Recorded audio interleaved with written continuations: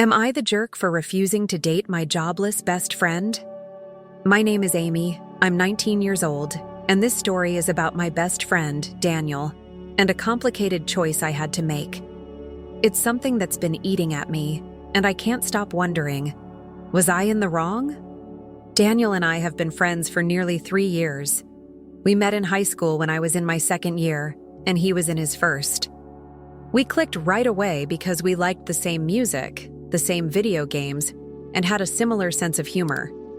Over time, Daniel became my closest friend, the person I could talk to about anything. But here's the thing. Daniel and I are completely different when it comes to how we approach life.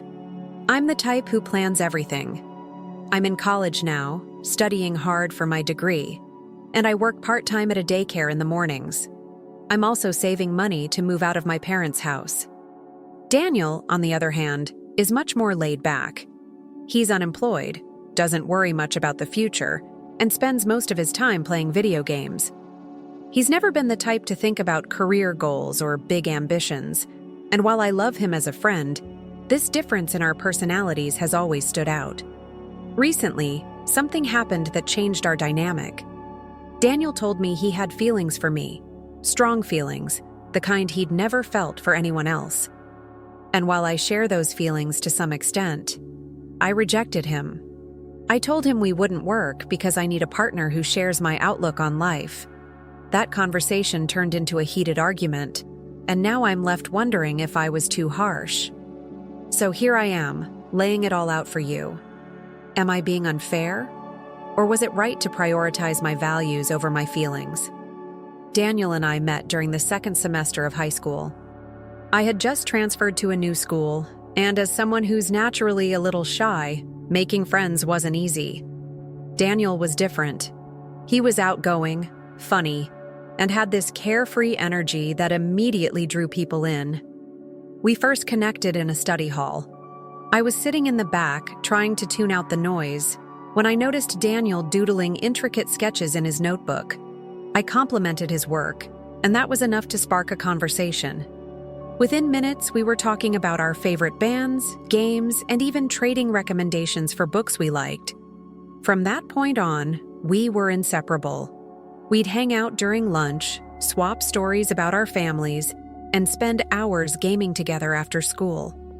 I liked that Daniel didn't take life too seriously.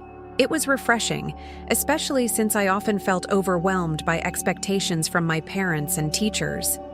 Over time, Daniel became more than just a friend. He was the person I trusted the most. If I was stressed about exams, he was the one who'd remind me to take a break.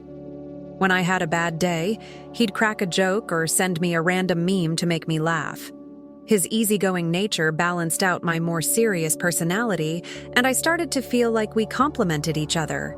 But even back then, I couldn't help noticing our differences. While I was obsessing over grades and trying to figure out what I wanted to do after high school, Daniel didn't seem to worry about any of that. He was content living in the moment, which sometimes left me wondering how long we'd be able to stay on the same page. Still, our bond was undeniable, and I was grateful to have someone like Daniel in my life. At that point, I couldn't imagine anything, or anyone, coming between us. As close as Daniel and I have always been, the differences in how we approach life have become more obvious over time. Now that we're both 19, it feels like we're living in completely separate worlds.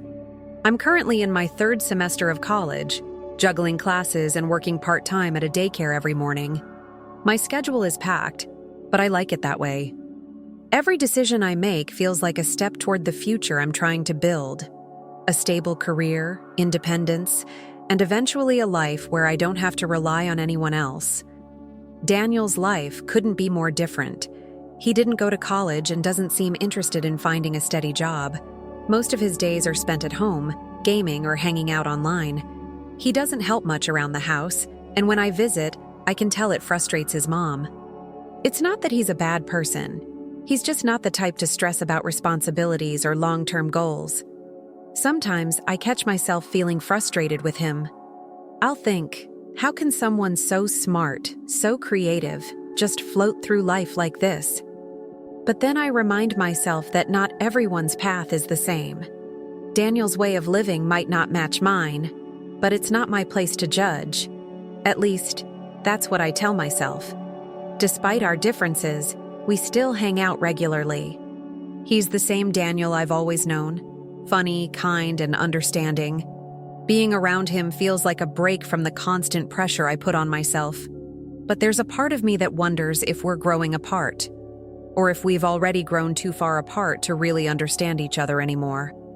This divide between us started to weigh heavier on me after something unexpected happened, something that forced me to confront not just my feelings for Daniel, but also my own priorities and values. It happened on a quiet Friday evening. We were at my place, sitting on the couch, binge-watching one of those crime docu-series we both love. Daniel had been acting a little off all night, quieter than usual, like something was on his mind. I didn't press him, figuring he'd tell me when he was ready. About halfway through the episode, he paused the show and turned to me. "Amy," he said, his voice unusually serious. "I need to tell you something." I remember my stomach tightening. There was something in the way he looked at me, a mix of nervousness and determination, that made me feel like this was going to be a big deal. I'm in love with you," he said. "I have been for a while now. And I know it might be weird because we're best friends, but I had to tell you, I couldn't keep it in anymore." For a moment, I didn't know what to say. My mind was racing. Part of me felt a rush of emotion. I mean, here was my best friend, someone I cared about deeply, telling me he loved me. But there was also this sinking feeling, because I knew what my answer would have to be. I told him I appreciated his honesty and that I cared about him too, but I couldn't see us working as a couple. "Daniel," I said, trying to sound as gentle as I could, "you mean so much to me, but I need to be with someone who's on the same page as me when it comes to the future. I'm trying to build something stable, and I don't think we're in the same place right now." The look on his face broke my heart. He didn't get angry or lash out. He just nodded quietly and said, "I get it." But I could tell he didn't really get it, not in the way I wanted him to. The night ended awkwardly, with him leaving earlier than usual. And for the first time in years, I felt like I might have just put a wall between us that we couldn't tear down. After Daniel left that night, I replayed the conversation over and over in my head. I kept asking myself if I had made the right choice. On one hand, I knew I had to be honest with him, and with myself. On the other, I couldn't shake the guilt that came with rejecting someone who had opened up to me so vulnerably. The truth is, it wasn't an easy decision. I care about Daniel deeply, and a part of me has always wondered what it would be like to be with him. He understands me in a way few people do. He's thoughtful, attentive, and has this rare ability to make me feel seen. But at the same time, I couldn't ignore the differences between us. I've worked hard to get where I am. Balancing college and a job isn't easy, but it's important to me. I have goals I'm striving for: graduating, starting a career, and eventually moving out of my parents' house to build a life of my own. Daniel, on the other hand, seems stuck. He's not in school, he's not working, and he doesn't seem particularly interested in changing that. That difference in ambition was what held me back. I couldn't see myself in a relationship with someone who didn't share my drive or my vision for the future. It's not just about money or jobs. It's about mindset. I need a partner who's working towards something, someone who can match my energy and help me grow. When I told Daniel all this, I tried to frame it in a way that wasn't hurtful. But no matter how carefully I chose my words, I knew they would sting. Telling someone you care about that they're not enough in the way you need is a cruel kind of honesty. The hardest part was seeing how my words affected him. He didn't get defensive or argue back. He just looked crushed. That image of him sitting there trying to hold it together stayed with me long after he left. And it made me wonder, was I being fair? Or was I just letting my own expectations blind me to what really matters? After Daniel left, the silence in my apartment was deafening. I sat on the couch, staring at the spot where he'd been, replaying every word I'd said. At first, I tried to convince myself I'd done the right thing, that being honest was better than leading him on. But the more I thought about it, the more uncertain I became. I couldn't shake the memory of his expression when I told him we wouldn't work. It wasn't anger or frustration. It was heartbreak. And knowing I was the one who put that look on his face made me feel terrible. Part of me started questioning if I'd been too harsh. Was it really fair to judge him for where he is in life? After all, not everyone has the same opportunities or drive, and Daniel has always been there for me, no matter what. He's the one who stayed up late on the phone when I was stressed about exams, who made me laugh when I thought I couldn't. Did it really matter that he didn't have a job or wasn't thinking about his future the same way I was? But then another voice in my head would chime in, reminding me of my own needs. I've worked so hard to get where I am, and I have clear goals for the future. I need a partner who's going to walk that path with me, not someone I feel like I have to carry along. It's not just about loving someone. It's about compatibility, about building a life together that works for both people. Still, the guilt lingered. I couldn't stop thinking about how I'd framed my rejection. Had I reduced him to his flaws? Had I overlooked all the good in him because it didn't fit into my version of what a relationship should be? As I sat there going in circles, one question kept haunting me. Was I being honest with him, or just cruel? And was it possible to be both at the same time? As I tried to untangle my guilt, I started to wonder why I valued certain traits in a partner so much. Was it really about who I am and what I want, or was it about the expectations I've grown up with? My parents have always emphasized the importance of hard work and stability. They didn't have a lot growing up, so they instilled in me this relentless drive to succeed. They'd tell me things like, "You need to have a plan," or "Don't depend on anyone else to get where you want to go." That advice shaped me, for better or worse. But it's not just family.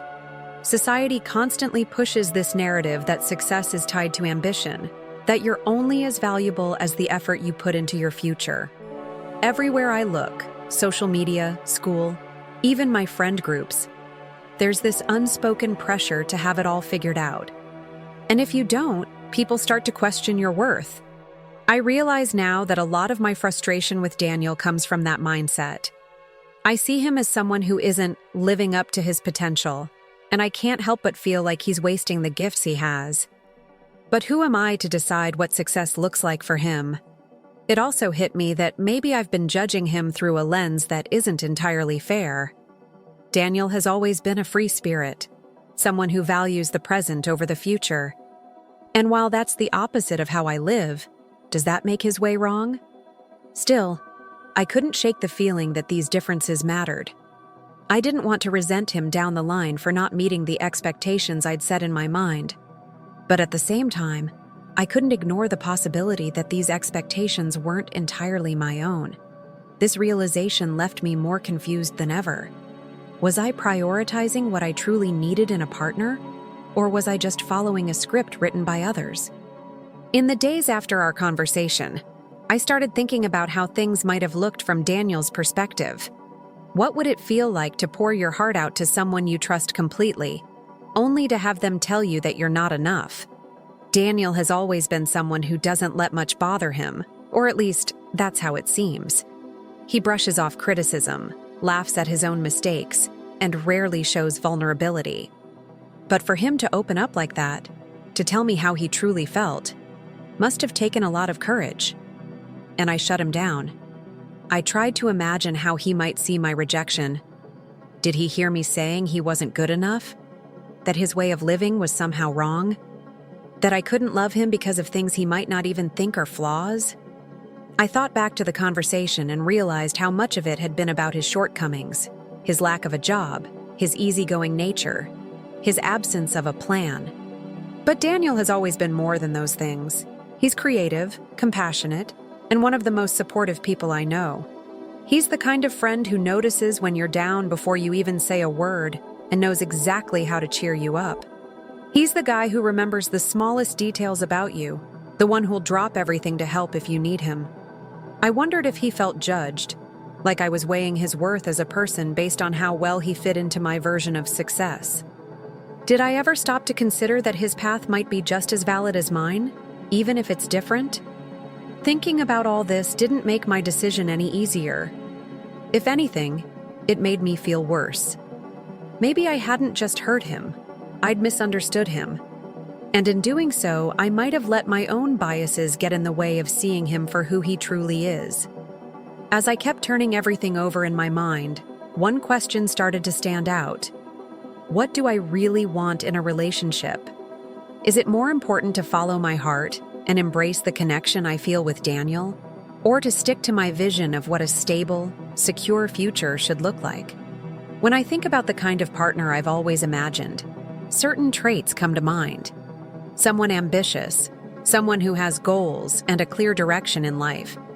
It's not just about success, it's about having that shared drive, that mutual understanding of where we're headed. With Daniel, I don't see that alignment. And that's what scares me the most. But then I think about how I feel when I'm with him.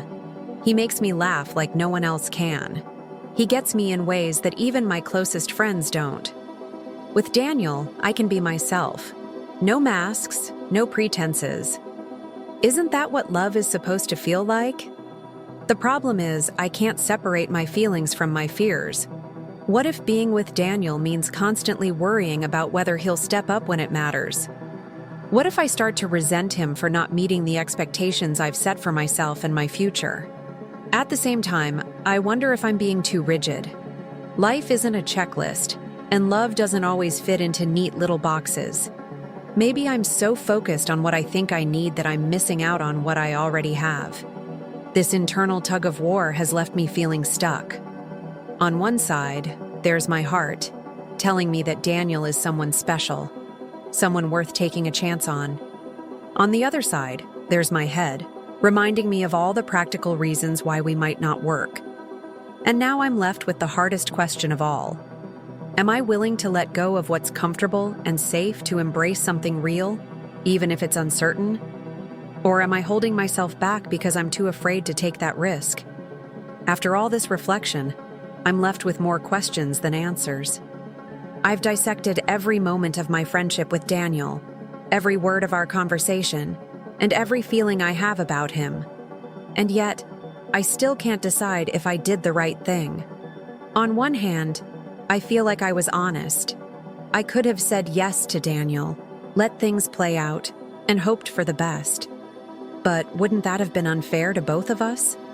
I didn't want to lead him into a relationship where I'd always be second-guessing if we were truly compatible. I thought I was saving us from pain down the road by setting clear boundaries now. On the other hand, I can't help but wonder if I was too quick to dismiss him. Maybe I was blinded by my own expectations, too focused on the future to appreciate the present. Love isn't perfect, and neither are people. Did I make a mistake by rejecting someone who genuinely cares for me just because he doesn't fit into the ideal image I've created in my head? Looking back, I realize how much of my decision was influenced by fear. Fear of uncertainty, fear of instability, fear of the unknown. But isn't fear a poor foundation for making choices, especially when it comes to something as important as love? So, here I am, laying everything out for you. I've told you about my friendship with Daniel, my admiration for him, and the reasons why I ultimately said no. I've shared my doubts, my guilt, and the questions that still haunt me. Now, I need your perspective. Was I wrong for prioritizing my values over my feelings? Was it selfish to reject someone I care about because they don't align with my vision of the future? Or am I just overthinking all of this, trying to find clarity where there might not be any? You've heard my story. Now I have to ask, am I the jerk?